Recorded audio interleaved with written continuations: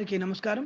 ఈరోజు మనం 24/3/2024 ఆదివారం రోజున ఉన్నటువంటి పంచాంగ వివరణ గురించి తెలుసుకుందాం. ఈరోజు శ్రీ శోభకృత్నామ సంవత్సరము, ఉత్తరాయణము, శశిర ఋతువు, ఫాల్గుణ మాసము, శుక్లపక్షము, చతుర్దశి ఉదయం 9:54 వరకు ఉండి తదుపరి పౌర్ణిమ ప్రారంభమవుతున్నది. పూర్వ ఫల్గుని పుబ్బా నక్షత్రం ఉదయం 7:33 వరకు ఉండి తదుపరి ఉత్తర ఫల్గుని నక్షత్రం ప్రారంభమవుతున్నది.